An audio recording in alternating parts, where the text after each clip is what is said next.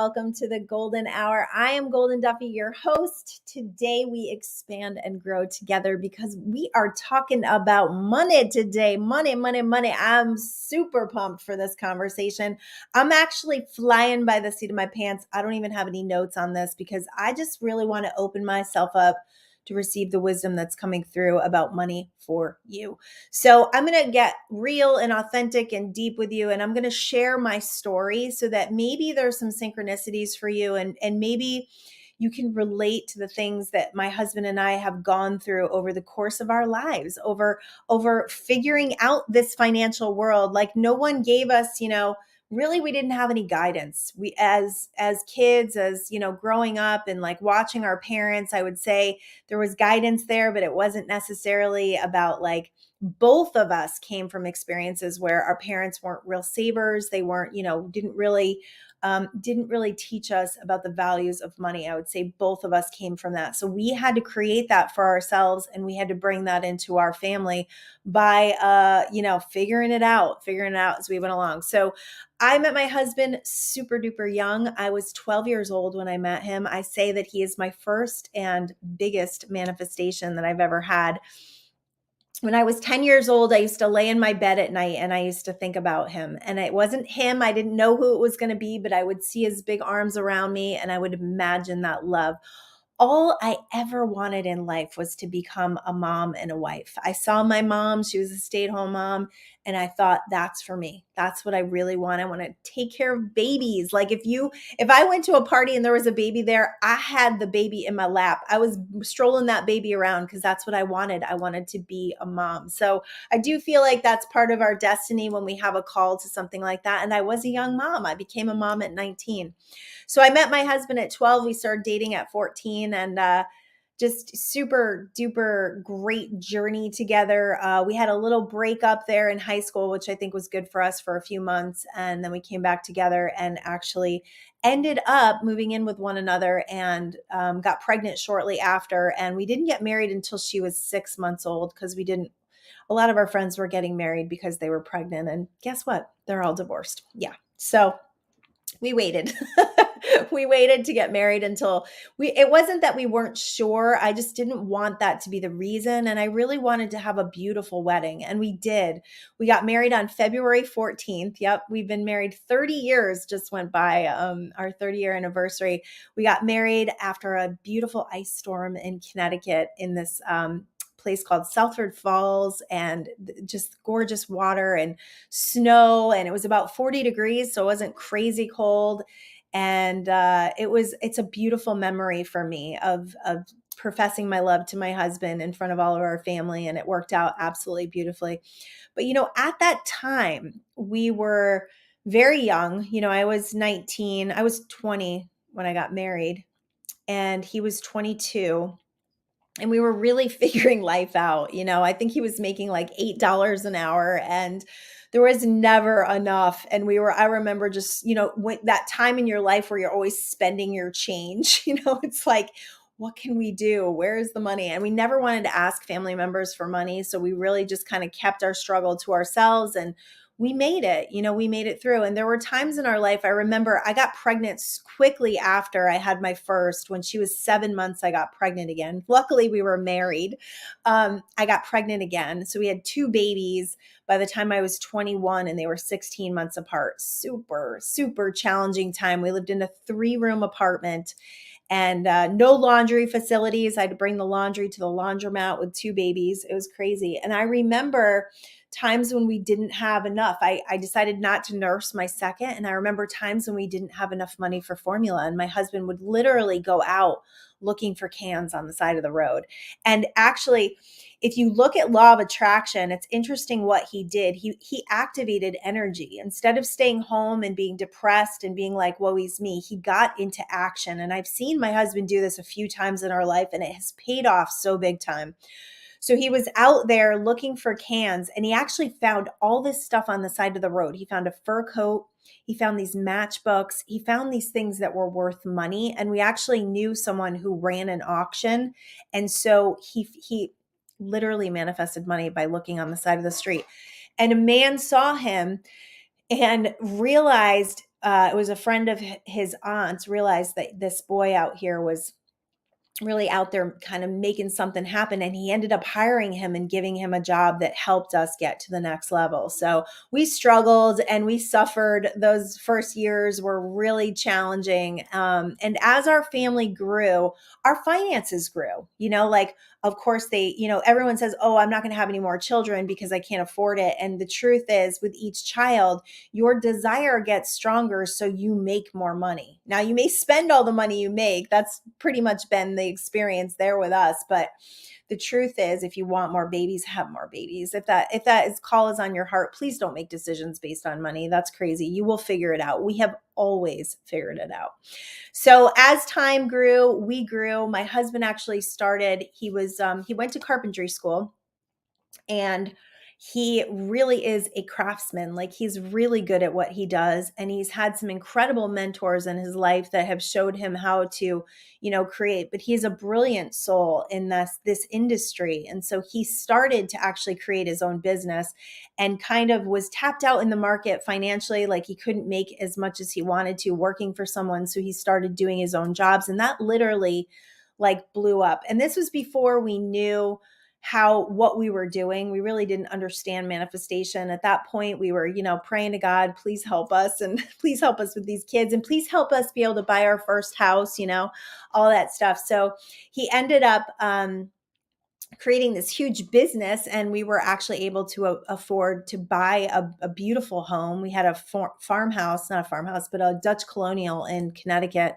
with a pool and a hot tub. And it was like beyond my dreams. Like, I was manifesting back then when I didn't even know I was. And for many years in that home, as we raised our family, at that point we had 4 girls. So we waited 8 years, and then we had our little 2, and they're 2 years apart. All girls. Yes, all girls. And as our family was growing and thriving, and, all the great things that go along with teenagers and toddlers, at one point I had a child in each school. That was really interesting. Preschool, elementary, middle, and high school. Hormones, toddler, tantrums. There was a lot going on for mom, a lot. And I stayed home with them. We made that decision when my girls were small. They were probably 3 and 5. And I was just waitressing. I was working at a bar. It was a terrible environment for me. And, and then I actually started working at a better restaurant, but we just decided, like, we really didn't want other people raising our kids. And I came home, and I stayed home for 30 years. I stayed home with my kids.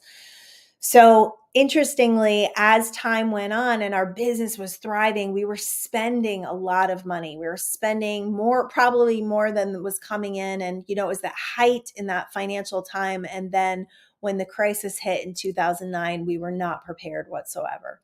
And that was a really challenging time in our lives. And when I look back at it, I can see all the ways that that we were being called to grow, and it called me out of the house. It really did. It called me to get into action, to start helping with the finances, and to figure out how are we going to be able to keep everything together, because that's where we were at. And if you've ever been there in your life, it is the most terrifying and the most confidence building thing you will ever go through, because you start to realize that it's not all up to you. You start to have faith in things. You start to recognize that you're not alone in this. And that's what happened to us. So there were times, there were moments when I felt like I couldn't breathe. We couldn't pay our bills. Our electricity was getting turned off. We had cars repossessed out of our driveway. Our house was actually in foreclosure. And this is like, I want to share everything with you guys on the show, because I think it's important to realize, like, where people come from and the circumstances in life do not define us. And that was one of the things that we came to learn through this whole thing. So our house was in foreclosure, which was super terrifying to me, because, at that point we had 4 kids at home, and I couldn't imagine where we would live. I couldn't even imagine, like, there was no, like, my whole set and intention, and this is part of making decisions, was I will not leave this house. Like, it's not happening. I will give this house back when I'm ready. So we actually lived in that state of foreclosure for 5 years. I still can't believe that. We went through a refinance, and they ended up letting us stay. And then we defaulted again because I mean, the construction industry at that point in 2009 it was down. So we started to get into action, and it was interesting. A friend of mine had told me about a network marketing company, an opportunity. I didn't know it was network marketing. And since then, I have some network marketing wounds, and I'm working to clear those up because I don't think that they're necessarily good. I think I need to, no wounds are good, right? I want to be clear. I want to be clean. I don't like what it did to me. And that was something that I needed to clear up, like who I became when I was looking for people to be a part of this. But it was a really cool company. And I think I actually have a link here. I'm not super involved in the company anymore, but I really love it. And I think I do have a link here. So it was called Send Out Cards. And it was really cool because you could actually send cards and gifts from your computer. And I thought that was really awesome. I thought I had my link up here, but maybe I don't. No, I don't. Okay. So it was, you could send a greeting card from your computer, and the whole idea of it was what you send out is what you get back. And the CEO is an amazing man, and he taught me about gratitude. He taught me about frequency. He taught me about sending out good signals. And I watched what happened in our life as we got more and more grateful.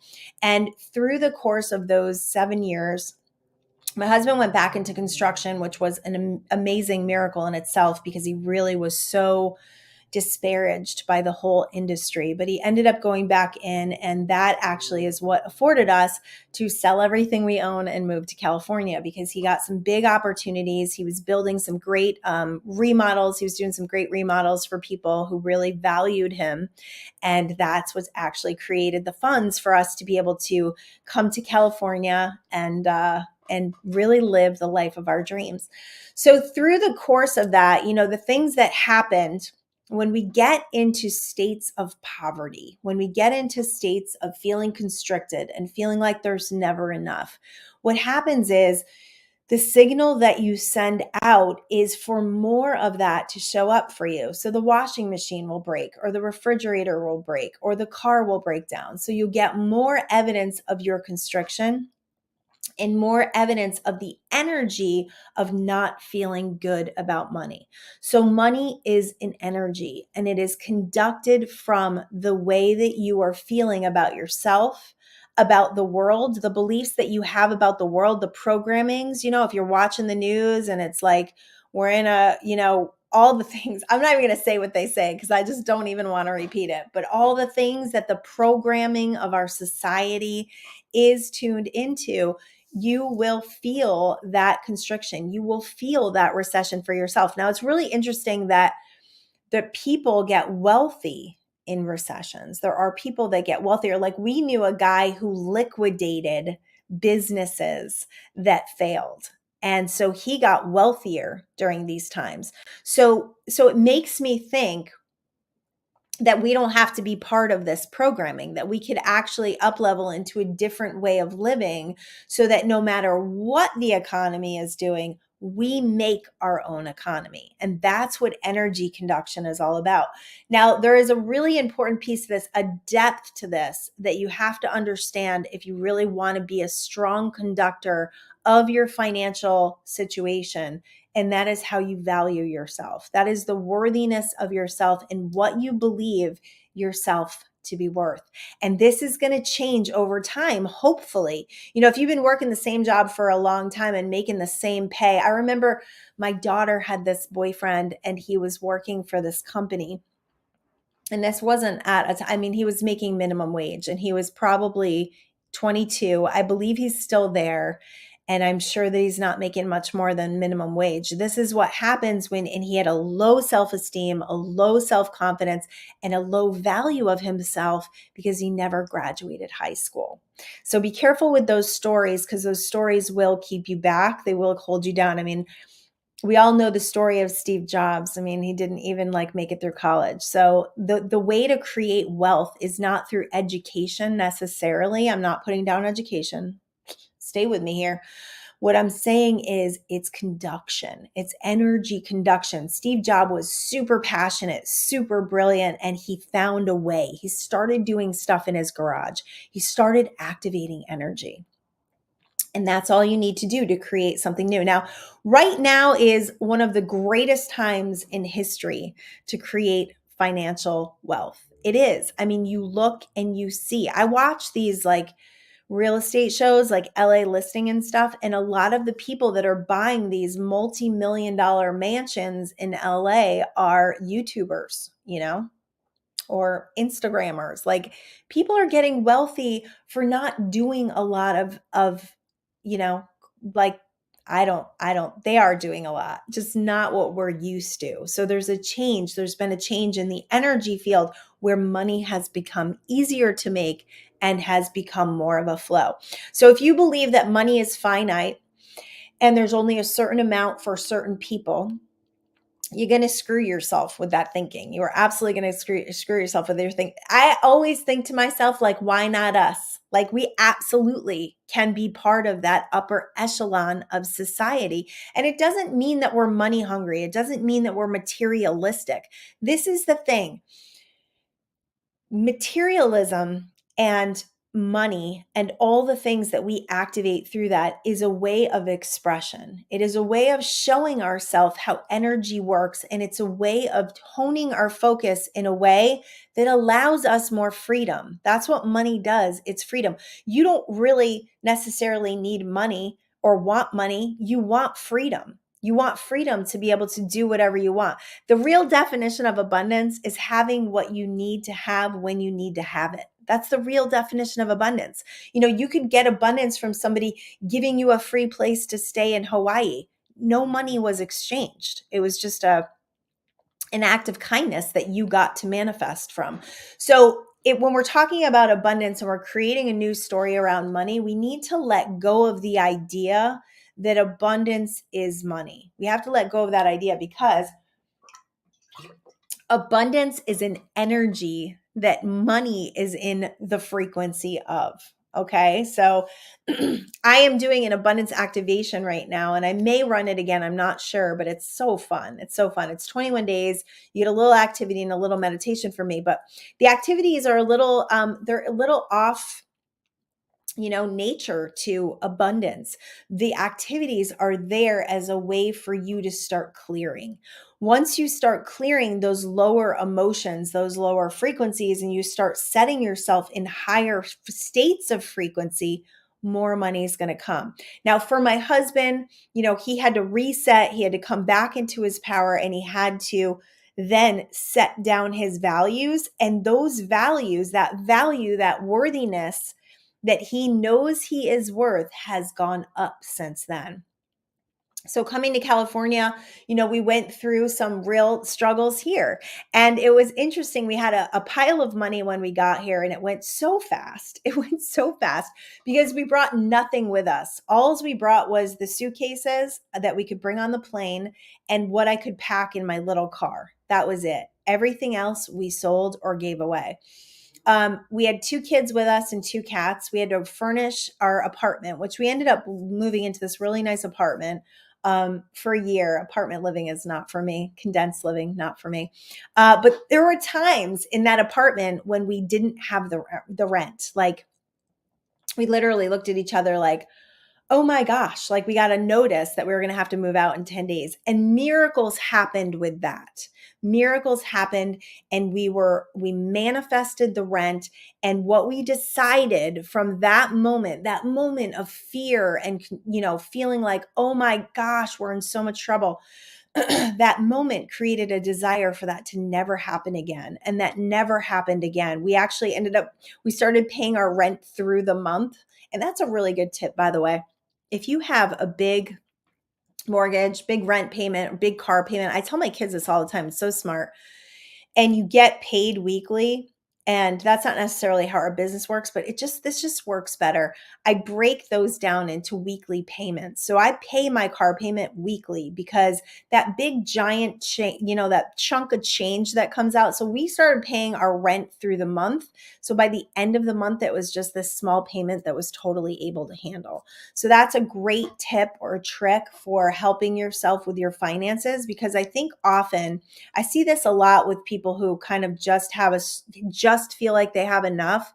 They'll often get through the month, and then at the end of the month, they spent more than they made, and then things are going on credit cards. So if you can do that, and you can start to break yourself down into, all right, I'm going to pay this weekly. You're going to be more aware of the money that you're spending. All right. So money is an energy. So this is the third time we went through some crazy financial stuff was when we got here. And what I started to initialize, what I started to work with was my energy field. I started to realize that abundance isn't money and that I had to do everything I can do to feel abundant, even when my bank account didn't see it. Because if I wanted to be in the frequency of abundance, I needed to start acting as if I was abundant. And that's identity creation. If you really want to feel abundant, if you really want to conduct from abundance, you have to stop feeling broke. You got to stop saying you're broke, please. You have to stop saying I can't afford it. That's one of the things that drives me probably the most crazy with people around me is when they say they can't afford it. Because when you do that, think about the signal you're sending. You're sending out a signal to the universe to say, I can't afford things. I can't make things happen. I can't create more money. That's insane to me. Just take that out of your vocabulary because that one is tripping you up probably the biggest when you feel like I don't have enough. That is the frequency. If you are not experiencing an abundance of finances in your life, that is the frequency that you're sending out is I don't have enough or I am not enough, right? That valuing of self. When we start valuing ourselves, and we start really putting ourselves out there in a bigger way and we start deciding what we want to make and we start setting intentions for that, we conduct an energy field that's stronger towards finances. We conduct an energy field that allows us to step into bigger shoes. Now, along with those bigger shoes is going to become bigger things that we have to actually rise to those occasions. I recently had a super cool manifestation that I'm still like a little terrified. I'll be totally honest with you. I'm excited and I go with that passion, but I'm also like, there's a part of me that's just like, oh gosh, what am I going to have to do? But it's bigger shoes that I'm stepping into. So I manifested a seminar in Las Vegas that goes for like $5,000. And someone gifted it to me. And yes, I'm going. All these things lined up. I actually manifested a free place to stay by a wonderful, wonderful woman who will be on the show in June, who I just met. I just met her and she offered for me to stay in her place because she's going to be away. I mean, you can't make this stuff up when you start putting yourself out there and you start trusting in universal energies to support you.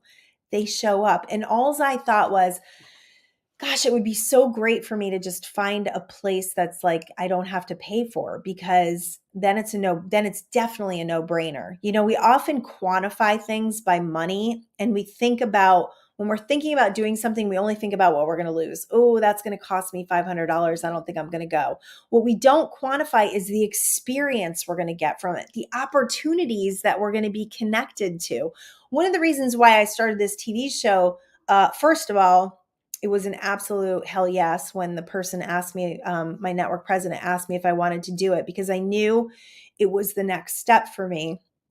But one of the reasons that I did it is because of the opportunity that it gives me to expand and grow. So you really need to be in it to win it in life and start saying yes to things to connect with more financial experiences, more potentials in the field. You can't stay small and constricted in your little tiny job and expect things to change.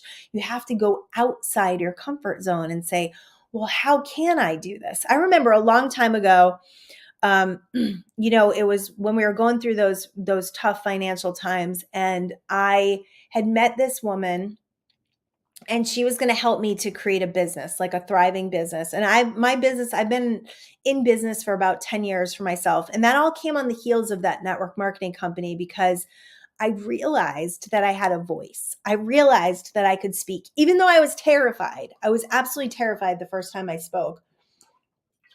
I realized that I had something to say and people would listen to me. Like when I would speak in a room, people would get super quiet and they wanted to hear what I had to say. So I'm like, there's something to be said for this. And then I found, once I found universal law and law of attraction, it became such a passion of mine. I couldn't help but share it.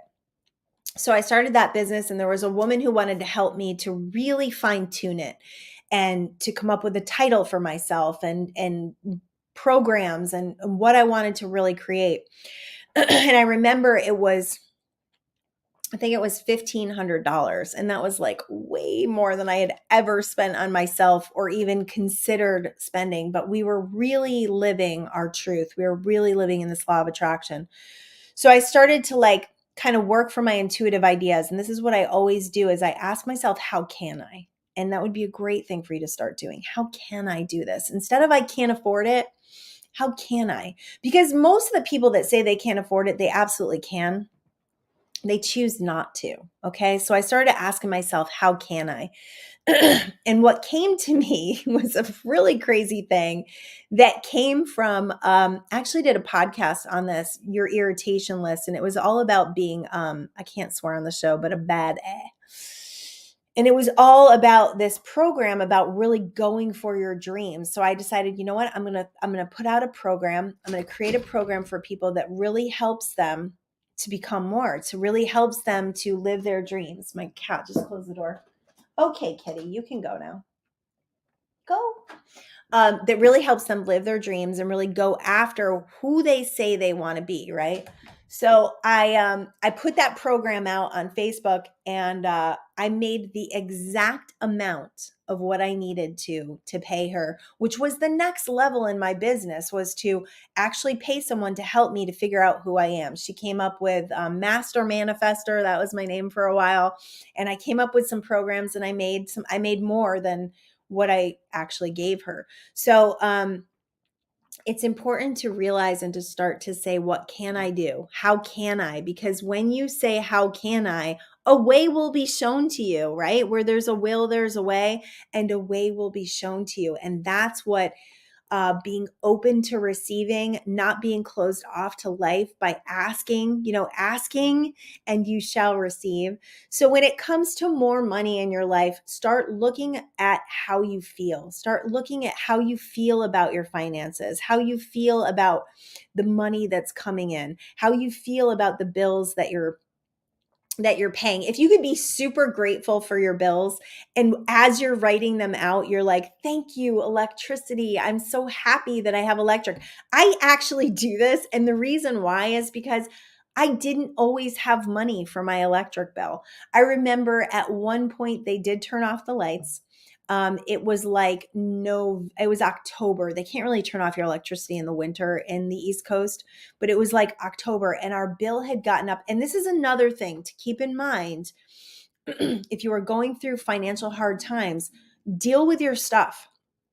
Call your creditors, call your car loan company, see what you can do. With my car loan, I used to put 2 payments on the back of the loan. Yeah, that got me upside down in my car, but at the time it kept me in my car, so that was important. When I didn't call and I got behind on payments and I was super afraid, they took the car out of the driveway. That's what they'll do. So deal with your stuff, because the fear and what keeps you from dealing with your stuff is way worse than when you call and see what you can do about it. So if you're in those financial tough times, deal with it, call, see what you can do about it, because they will work with you and they're pretty amazing about it. So in that, they turned our electricity off, and it was interesting because our kids were at school, and I remember sitting at the kitchen table looking at each other and going, oh my goodness, what are we going to do? What are we going to tell the kids, right?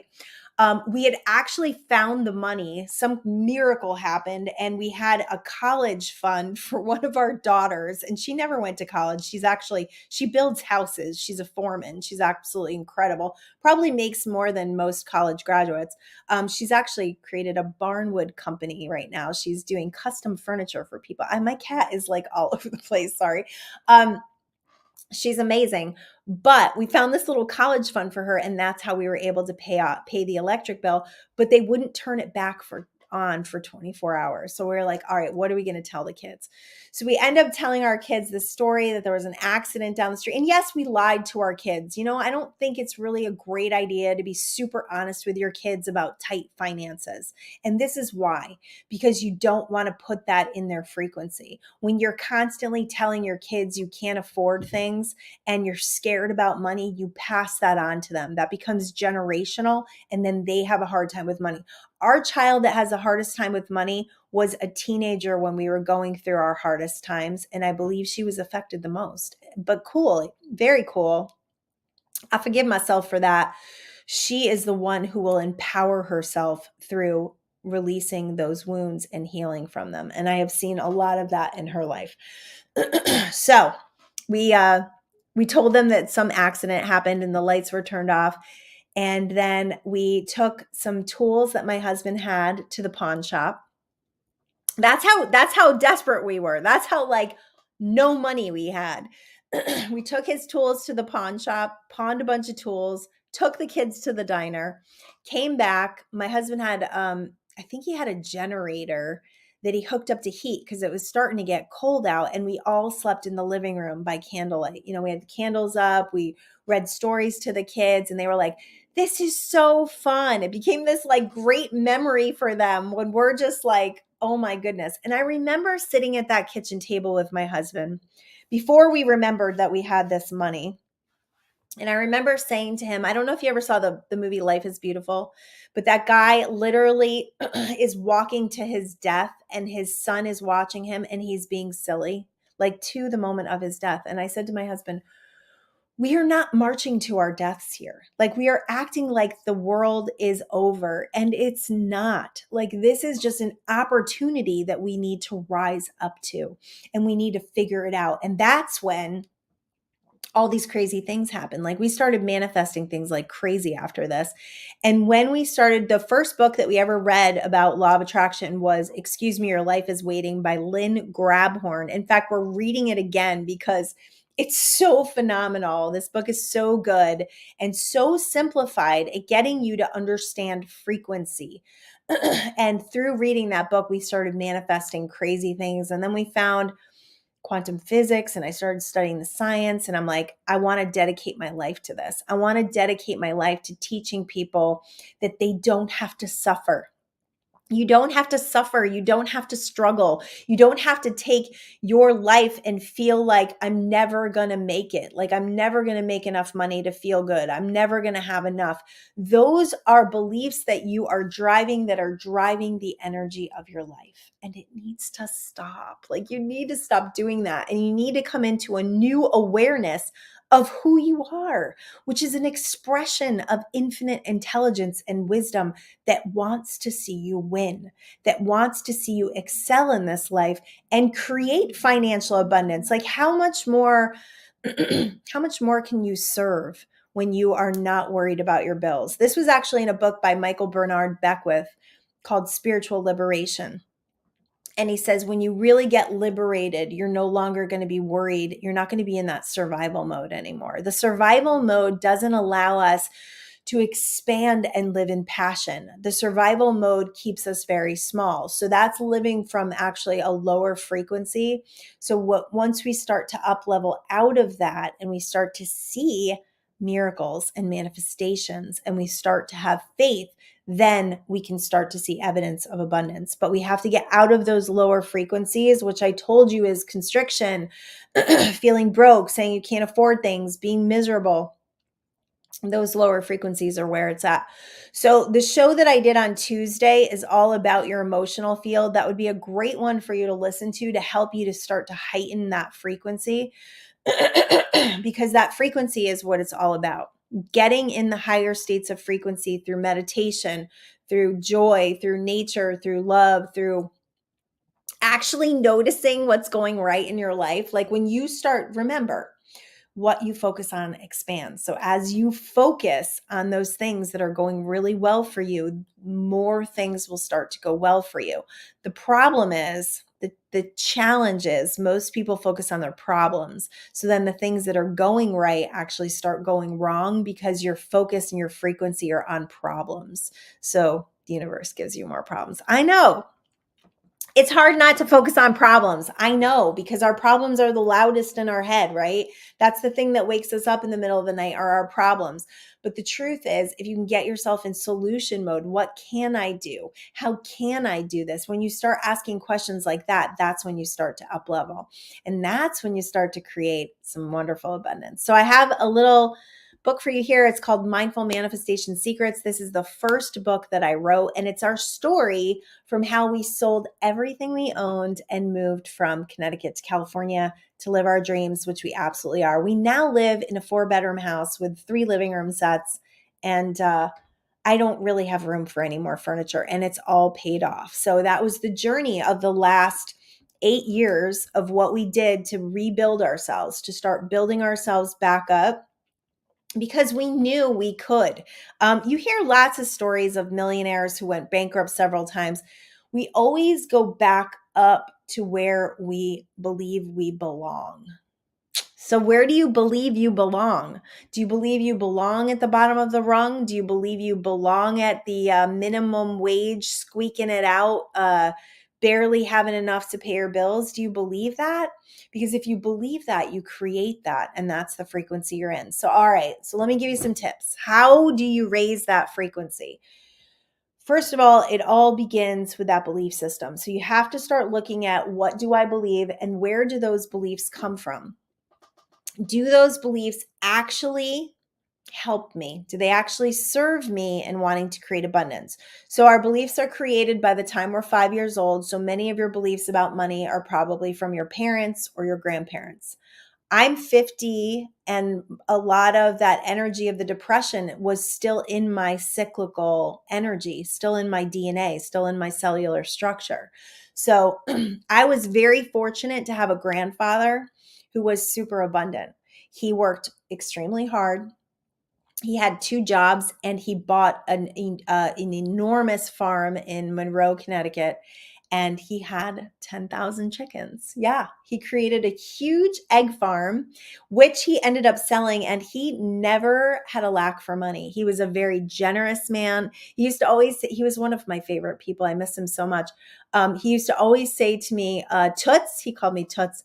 He'd say, Toots, let's go shopping. I want to buy you something. And he would always do that. Like every time I saw him, he was a super generous man. So he helped me to start breaking out of those generational cycles of never having enough. So what was your experience as a child? What did you hear about money? You know, I heard a lot of stories about money, like money talks, people walk. That was a belief that my dad had, was that as people got wealthy, they walked away. And as my husband and I started to create wealth, that was the belief he had about me. So that's one of the reasons that well, we won't get into that. Maybe someday I'll get into that. We don't need to get into that. So when it comes to money, what is your money story? What is the story that you keep telling day after day, year after year, and it keeps you in constriction? I have a lot of people in my life who are afraid they're not going to have enough for retirement. Well, what is the signal that you're sending to your retirement? And why are you retiring? I feel like retirement is the biggest programming that screws people out there, because honestly, okay, the new 65, I have friends who are in their 60s. Like most of my friends are in their 60s. They are so vibrant and so young and so not going to make money. Like not going to make money. Like they're so in the prime of their life of thriving and expanding into making more. So you're not going to retire. If you retire, the people that retire and have nothing left to do end up dying. I talked to this guy the other day. He works at Sprouts. He was such a lovely man, probably in his 70s, maybe mid 70s.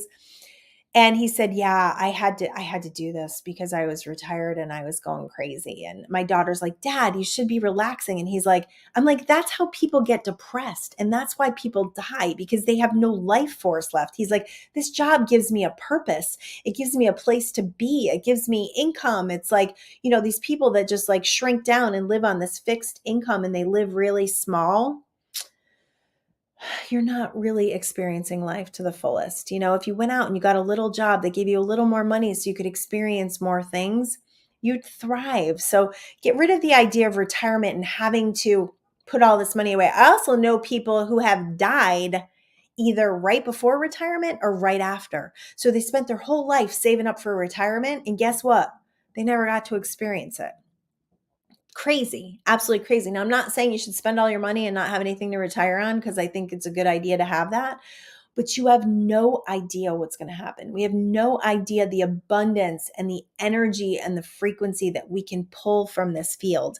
The manifestational powers that we have are incredibly strong, especially right now. Like, I'm seeing, it's blowing my mind right now. What I'm seeing is like, I'm putting out thoughts and boom, the manifestation is coming. Like and when it comes to law of attraction, the idea of it, when you're in the smaller realms of it, like, by the way, it's as easy, they say it's as easy to manifest a castle as it is a button.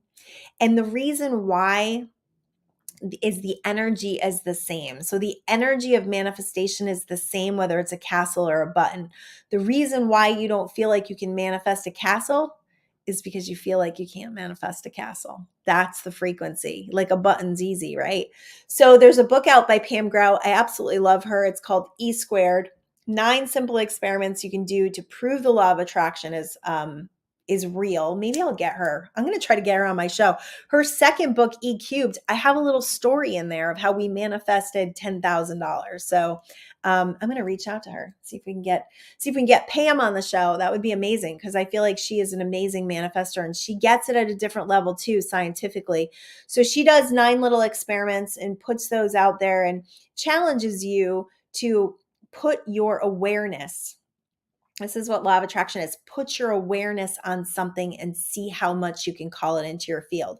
So this actually happened to me a few times when I was looking to manifest cars. Like, I finally understood how to manifest like something like a car, and realized what car I wanted, and then I would see them everywhere. Does that happen to you? Or you buy a car and then you see them everywhere and you're like, were these always here? Or all of a sudden, it's because of your focus. It's because of your frequency. It's because of what you're putting out there. You're seeing evidence of it. So you can do it with anything. And this is also the example of when you're thinking of someone and they call you, or you're thinking of someone and they text you or message you. That happens to me all the time, all day long. It's like, oh, I was just thinking of you. So it's, the idea is the energy that you're sending out. And this is why I say be careful with your energy, right? Be careful of the energy you're sending to your money. You know, what kind of relationship do you have with your money? Do you hate money because you don't have enough? Do you hate it? Well, guess what? You're not going to attract things that you hate like that. You like the energy of, you've got to love it. You got to value it. You got to be grateful for it. Right. I always tell people, be grateful for what you have, and it's funny because I recently had this discussion with my daughter, because she had a little bit of extra money and she was like, oh, and her dog ended up having to get its paws. She had to get surgery on her paw. And she was like, why does this always happen? And I go, because the universe is showing you that you always have what you need. Like, we're not just supposed to sit there and hold it all, that's constriction. Money is an energy that flows. And when you start getting into that flow and not being like trying to hold on so tight to it, when you just let it flow, you will see it coming back to you tenfold. I have a friend who does like really kind things for people, and she actually paid for a year's worth of diapers for my daughter. Amazingly generous. And she said every time she does something like paying for a coffee at the drive-through, paying for somebody's coffee behind her, it always comes back to her in one way or another. And that's the law of compensation. It's the law of compensation. It's like what we put out, we will always get back to us. It may not look the same. So if you donate $500, you may not get $500 back, but you may get more than that back. You may get it back in the level of currency. So currency is not necessarily money, just like abundance is not necessarily money.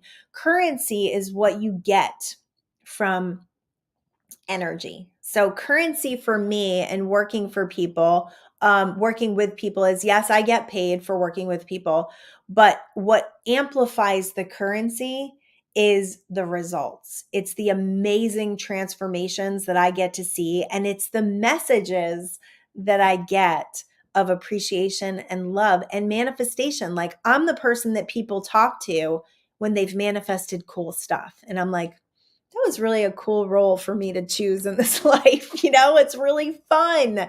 And that amplifies my energy and puts me in higher frequencies. So currency is anything that does that for you, that amplifies your energy and frequency. And that's why you can't always quantify what you're going to get from an experience. You can say, well, I'm going to spend $5,000 on this workshop, and hopefully I'm going to get $5,000 worth of value. You can't quantify it because currency is all of the expansion and growth that you've experienced and what you do with it after that, and hopefully you do something with it after that and you share it with others and you allow it to be amplified through the world.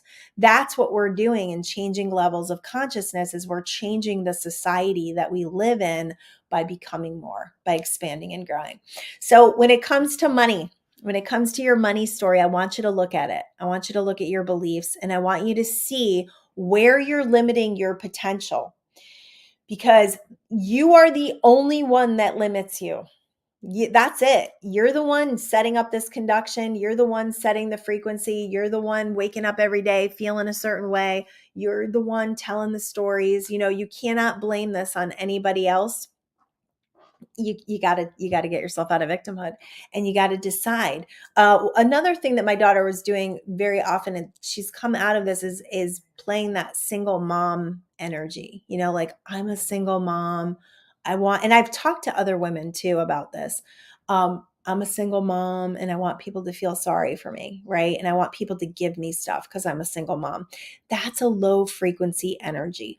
Also, any kind of help that you're getting outside of, when you're looking for others to give to you, when you're asking, sometimes we have to humble ourselves. I get that. I've done it. I've had to ask for money. It's not my favorite thing. Often people said no to me, which felt terrible. But the truth is, if you really want to become a powerful manifester, it's putting yourself in the vibrational energy of currency and frequency and abundance that will bring more of it to you. It's not in, please help me. It's not in those disempowered states of feeling like you need someone to give you money. It's not in those. And they're part of our experience. I'm not saying they're not, because I've totally been there. And it was part of my progress. And it was part of me looking at that and saying, my circumstances are not going to define me, and I'm going to rise above this, and I'm going to become more, and I'm going to become the abundant being that I know I'm capable of being. And I am still in process with that. So I'm excited to see what comes next, because recently feel like I'm getting into new levels. No, I know I am. And I'm absolutely ready for it. So are you ready for it? All right. So the money story, we got to work on the beliefs. Mantras are great. Affirmations are great. But this is the thing about affirmations.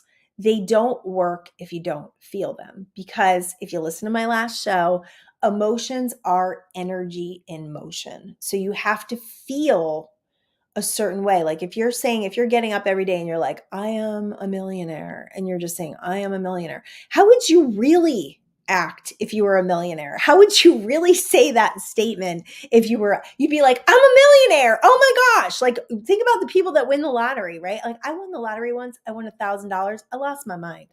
$1,000 at 5 numbers out of 6 on $1 million draw. Which actually afforded us to fly to California and start scouting for the house that we wanted to move to, which was interesting.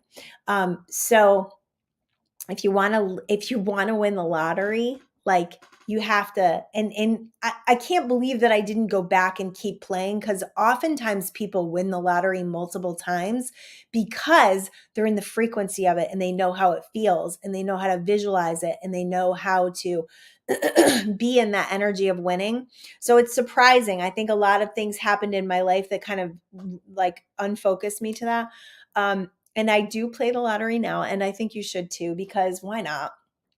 It's $1 and the chances of you winning big are there. Like, why not play? But if you're going to play and be productive about it, be focused on it. Make decisions around it. Decide that you're going to win. Decide that you're going to feel abundant so you can get into that frequency. If you're not in the frequency, if you don't believe that you could ever be that, have that kind of wealth and have that kind of freedom, then you're not going to be able to create it. So we've got to start working on the belief systems first and then the feelings, right? Like, because the beliefs are driving the feelings. The beliefs are driving the thoughts. That's what's underneath it all, is the stories, the things that you say every single day and the way that you feel every single day. Every time you spend money, how do you feel about it? I had, for a long time, I had a fear around my debit card. And this was before we had like online banking on our phones. So you couldn't really check your bank account. And I wasn't always good about knowing what was in there. Like, I didn't always like know what was happening because there was not enough, right? So oftentimes I would go to the store and I wouldn't have enough. And I mean, to the point of being completely mortified and embarrassed. I was on a business meeting once and I went out with this woman and we were buying sandwiches to sit at this cafe, and my debit card got rejected. I mean, and she was a wealthy, wealthy woman, and talk about being mortified. And I was like, I don't know why my bank account is not working. So there were times when my bank card wouldn't work when there was plenty of money in there because of my frequency, because of my fear. I do not have that anymore. We also have, now we can check our bank accounts before we go shopping, right? So that's helpful. But the truth is, my frequency is not about that. So there's always money in my account, always. So if you are in a state, now that wasn't always like that. There were times when I remember waking up to my negative bank balance. And I specifically remember this one time when the phone, sent me a text message and said, you are negative. And I was like, really? Like, I'm negative in the universe? And at that time, that was probably 6 years ago. Yeah, 6 years ago.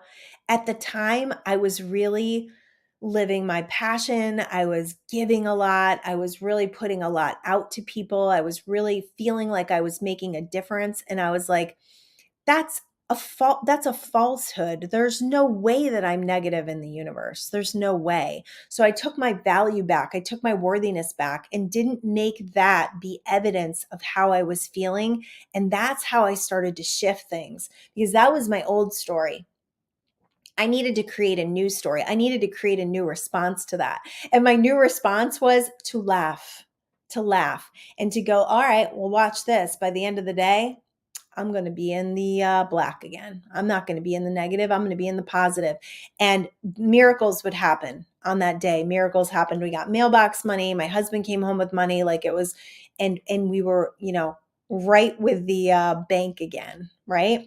So if you're in that low state, find ways to feel better. We used to go to the sunset. That's what this show's all about. That's what the golden hour is all about.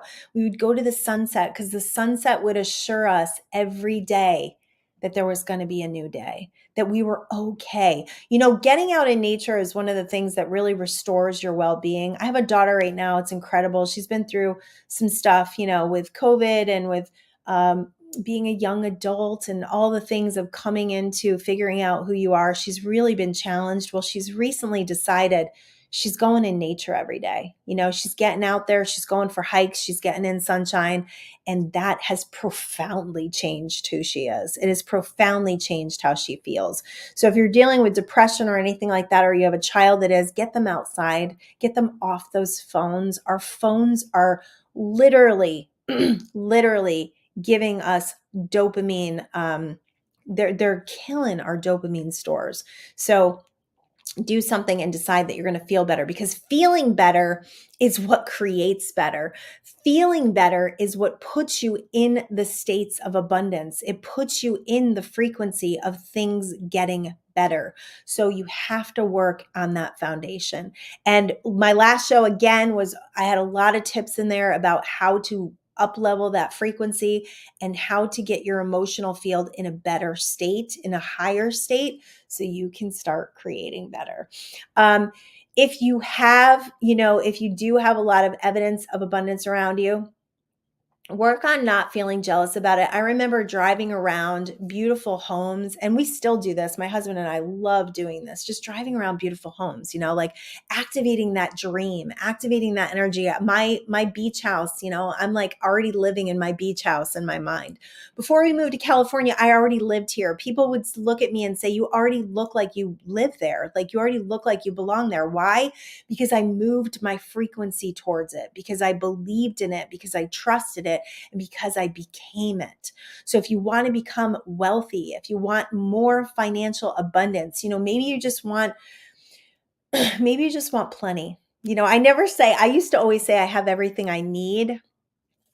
And my energy healer was like, "Well, I think you should say you have more than enough." And that's when things started to change. I have more than enough. I have an abundance.